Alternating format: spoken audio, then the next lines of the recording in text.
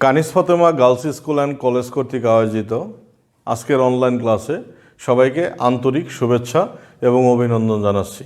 একাদশ শ্রেণীর প্রিয় শিক্ষার্থীরা, আশা করি সবাই ভালো আছো, সকলে নিরাপদে আছো, বাড়িতে আছো। আমিও তোমাদের দোয়ায় এবং পরম করুণাময়ের অশেষ কৃপায় ভালো আছি। প্রিয় শিক্ষার্থীবৃন্দ, এই বৈশ্বিক মহামারী করোনা প্রাদুর্ভাবের কারণে দীর্ঘদিন পড়ালেখা বন্ধ থাকার কারণে আমি কানাইলাল ঘোষ, প্রভাষক, গণিত বিভাগ, Kanis Fatema girls school and college, তোমাদের আবারও শুভেচ্ছা এবং অভিনন্দন জানাচ্ছি। প্রিয় শিক্ষার্থীবৃন্দ, তোমাদের পড়ালেখার গতিকে আরও এক ধাপ এগিয়ে নেওয়ার জন্য আমি তোমাদের উচ্চতর গণিত প্রথম পত্র এই বই থেকে নবম অধ্যায়ের অন্তরীকরণ এই পাঠ থেকে পূর্বে কিছু ক্লাস নিয়েছিলাম। তারই ধারাবাহিকতায় আজকে আমি তোমাদের এই অধ্যায় থেকে কিছু গুরুত্বপূর্ণ বিষয় নিয়ে আলোচনা করতে যাচ্ছি। প্রিয় শিক্ষার্থীরা, আমরা প্রথমে এই অধ্যায় থেকে কিভাবে একটা অন্তরজকে মূল নিয়মে বের করতে হয় সে বিষয় নিয়ে আলোচনা করেছিলাম এবং এই সংক্রান্ত একাধিক মূল নিয়ম তোমাদের মাঝে তুলে ধরার চেষ্টা করেছিলাম। তারপর হচ্ছে এক্সের প্রেক্ষিতে কিভাবে ডিফারেন্সিয়েশন করতে হয়, কিভাবে ডিডিএক্স ইউভি সূত্র প্রয়োগ করে, ডিডিএক্স ইউ বাই ভি সূত্র প্রয়োগ করে কিভাবে একটা অন্তরজকে ডিফারেন্সিয়েশন করতে হয়, এরকম অসংখ্য বিষয় নিয়ে আমি তোমাদের মাঝে ক্লাসে আলোচনা করেছিলাম। যেমন ডিডিএক্স ইউভির একটা ফর্মুলা ছিল u differentiation u constant v differentiation plus v constant u differentiation. আবার এই ক্ষেত্রে v constant u differentiation minus u constant v differentiation divided by v square. প্রিয় শিক্ষার্থীরা, এই দুইটি সূত্র নিয়ে আমরা গত ক্লাসে বেশ কিছু গাণিতিক সমস্যা তোমাদের সাথে অনুশীলন করার চেষ্টা করেছিলাম। আমরা গতকালকের ক্লাস পর্যন্ত সবাই বুঝতে পেরেছি সূত্র দুটি এরকম ছিল: d d x u v equal to u constant অর্থাৎ first term constant second term differentiation plus second term constant first term differentiation. প্রিয় শিক্ষার্থীরা, এটা ছিল আরেকটা সূত্র ছিল ডিডিএক্স ইউ বাই ভি। এখানে সূত্রটা ছিল এরকম যে ভি কনস্ট্যান্ট ইউ ডিফারেন্সিয়েশন আবার minus u constant v differentiation divided by v square, অর্থাৎ v constant d d x u minus u constant d d x v divided by v square. প্রিয় শিক্ষার্থীরা, এ পর্যন্ত সবাই ক্লাস বুঝতে পেরেছ। আজকে আমি তোমাদের মাঝে আলোচনা করব কিভাবে একটা এক্সকে পরিবর্তনশীল ধরে একটা অন্তরজকে কিভাবে অন্তরীকরণ করতে হয়। আজকে এই সংক্রান্ত তিনটি বিষয় নিয়ে আমি তোমাদের সাথে আলোচনা করব। প্রিয় শিক্ষার্থীরা, আজকের ক্লাসটা অত্যন্ত মনোযোগ সহকারে দেখবে এবং এখান থেকে আরও বিষয় সম্পর্কে স্পষ্ট ধারণা লাভ করতে পারবে। প্রিয় শিক্ষার্থীরা, সবাই খাতা কলম নিয়ে রেডি থাকো।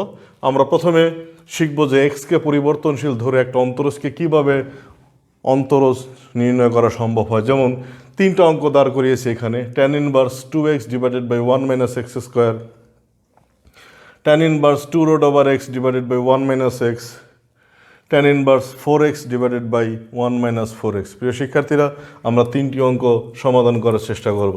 সবাই একটু খেয়াল করি তাহলে। প্রিয় শিক্ষার্থীরা, প্রথম অঙ্কটা ছিল হচ্ছে ধরি y equal to tan inverse 2x divided by 1 minus x square. প্রিয় শিক্ষার্থীরা, আমরা একটু খেয়াল করব। আমরা বেশ কিছু সূত্রের সাথে আমাদের পরিচয় ছিল। যেমন এই অঙ্ক করার ক্ষেত্রে আমাদের এক্সকে পরিবর্তনশীল ধরতে হবে। ধরি x is equal to tan theta, তাহলে থিটা ইজ ইকাল টু হচ্ছে ট্যান ইনভার্স এক্স। আমরা যদি এখানে tan inverse 2 tan theta divided by 1 minus tan square theta, যেহেতু আমরা এখানে ধরেছিলাম হলো x is equal to tan theta, এখন আমাদের বুঝতে হবে যে এখানে এক্সের মানটা কিভাবে ধরলে আমরা এখান থেকে একটা সূত্র তৈরি করতে পারবো। প্রিয় শিক্ষার্থীরা, যেহেতু এটা ট্যান ইনভার্স আছে, তাহলে আমাদের এমন একটা টার্ম এখানে তৈরি করতে হবে যাতে ওই টার্মটা ভ্যানিশ করা সম্ভব হয়। প্রিয় শিক্ষার্থীরা, আমরা এখানে একটা সূত্র জানি, আমরা একটু সূত্র লিখে নিই।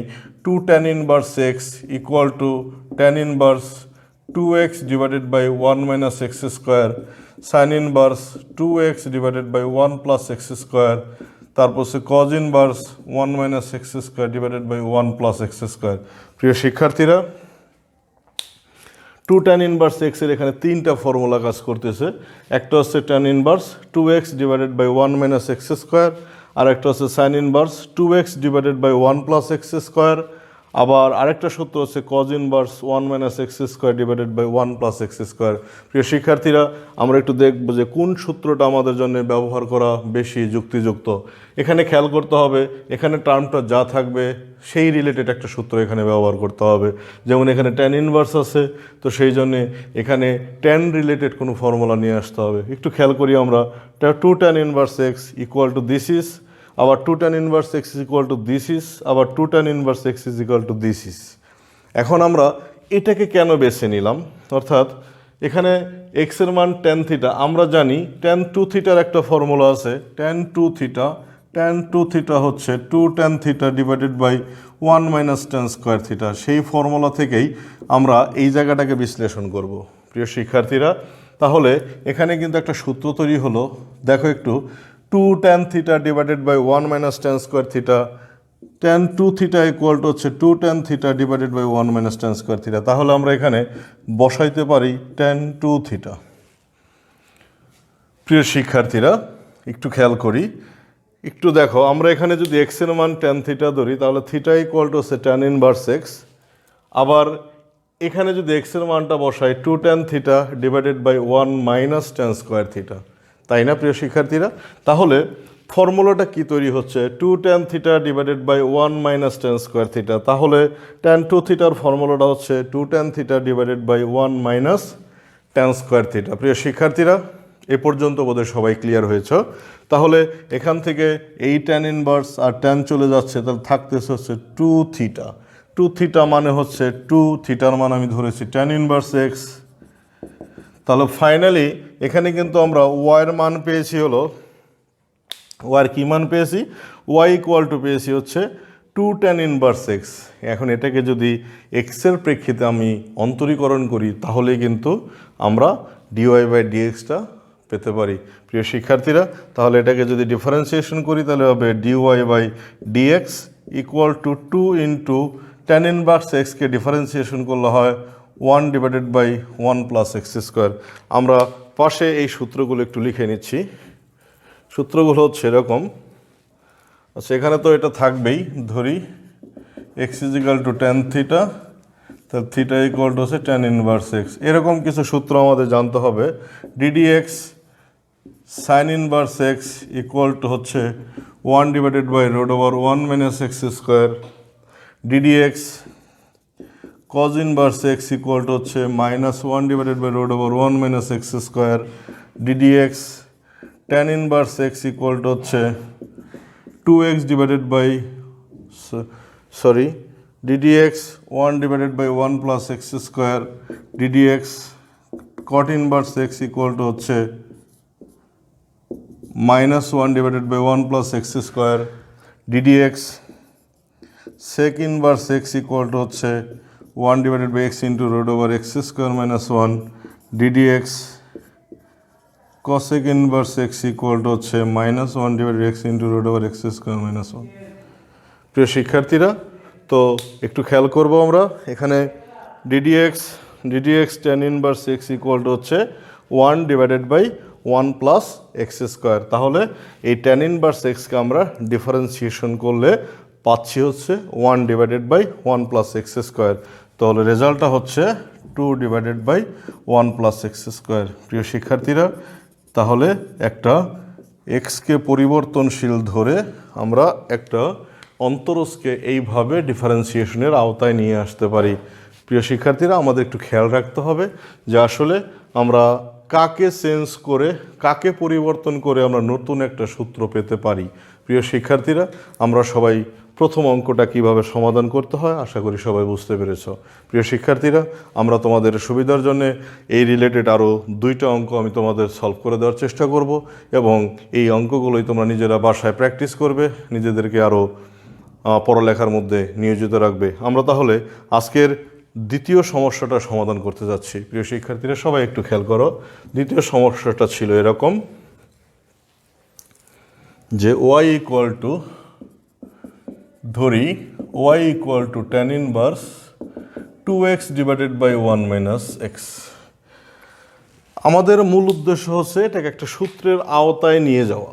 সূত্রটা তৈরি করতে পারলে আমাদের জন্য এই কাজটা অনেক সহজ হবে।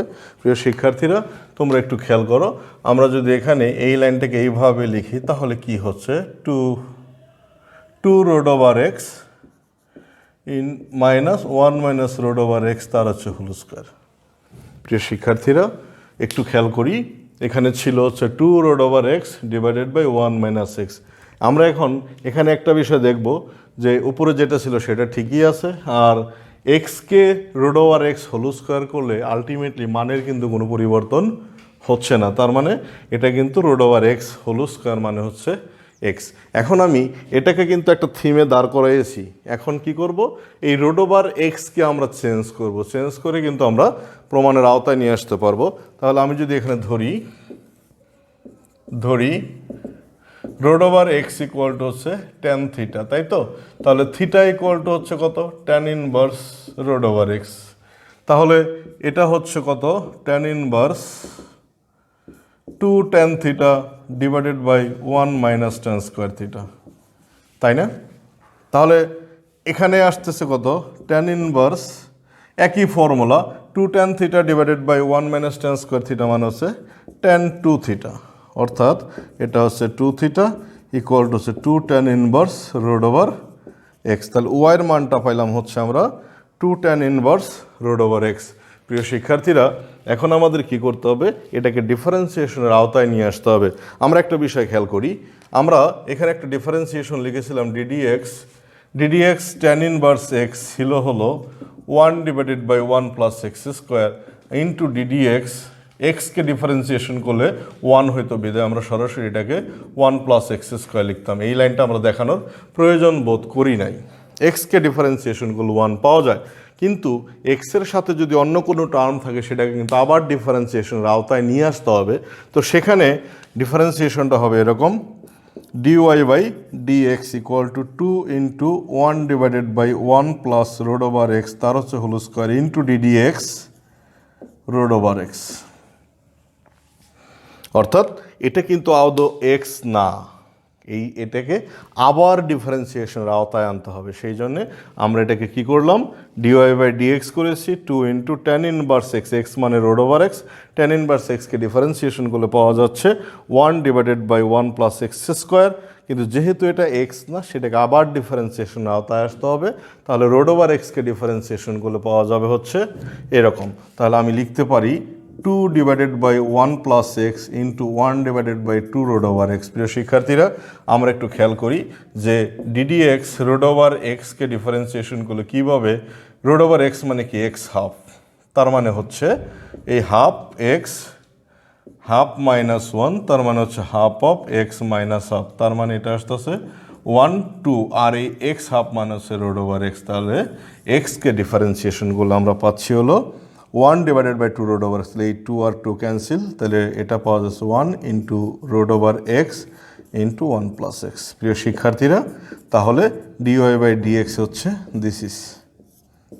তাহলে আমরা একটা এক্সকে পরিবর্তনশীল করে এইভাবে ডিফারেন্সিয়েশনের আওতায় নিয়ে আসতে পারি। তাহলে d y by d x equal to হচ্ছে 1 divided by root over x into 1 plus x. তাহলে আমরা দেখো খুব সহজে কিন্তু একটা অন্তরজকে পরিবর্তনশীল ধরে ডিফারেন্সিয়েশন করা সম্ভব। প্রিয় শিক্ষার্থীরা, এরকম অসংখ্য গাণিতিক সমস্যা তোমাদের বইয়ে করে দেওয়া আছে বা এক্সাম্পল হিসেবে আছে। তোমরা এগুলা নিজেরা বাসায় প্র্যাকটিস করবে, নিজেদেরকে আরও বেশি বেশি ক্যালকুলাস সম্পর্কে, অন্তরীকরণ সম্পর্কে নিজেদেরকে আরও বেশি বেশি সমৃদ্ধ করে তুলবে, তাই না প্রিয় শিক্ষার্থীরা? ওকে, ধন্যবাদ সবাইকে। আমরা এখন এটারই 3 নম্বর সমস্যা নিয়ে এখন তোমাদের মাঝে আলোচনা করব। 3 নম্বর সমস্যাটা কিভাবে সমাধান করা যায় আমরা সেই বিষয়টা দেখব। আমাদের খেয়াল রাখতে হবে যে আসলে মূল থিমটা কি, কিভাবে প্র্যাকটিসের আওতায় নিলে এটা খুব সহজে সুন্দরভাবে ডিফারেন্সিয়েশন করা সম্ভব। প্রিয় শিক্ষার্থীরা, একটু খেয়াল করো, এটা যদি এইরকম হয়,